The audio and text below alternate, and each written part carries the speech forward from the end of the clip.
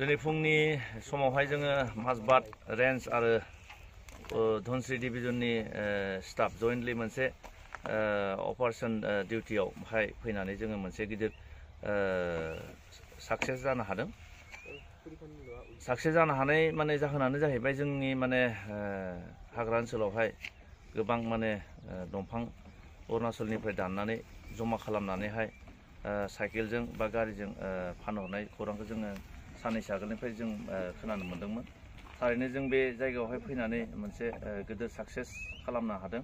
मानो होनोबा बुङोब्ला जों दिनै बे फुंनि डिउटि समावहाय फैनानै गोबां रोखोमनि दंफां जोङो हमनो हादों आरो दिनैनि बे जोंजों हेफाजाब होफैनाय जोंनि धनस्री डिभिजननि स्टाफ बिथांमोनखौ जों साबायखर बावनांगोन। मानो होनबा बिथांमोनहा फुङावनो फैनानै जों दिनै फुंनि 6 रिंगानिफ्रायनो जोङो अपारेशनखौ स्टार्ट खालामदोंमोन। दिनै जों बे हाग्रा ओनसोलाव फैनानै मोनसे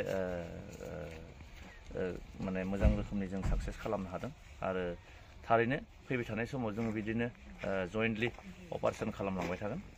आं एसेनो बुंनानै फोजोबबाय।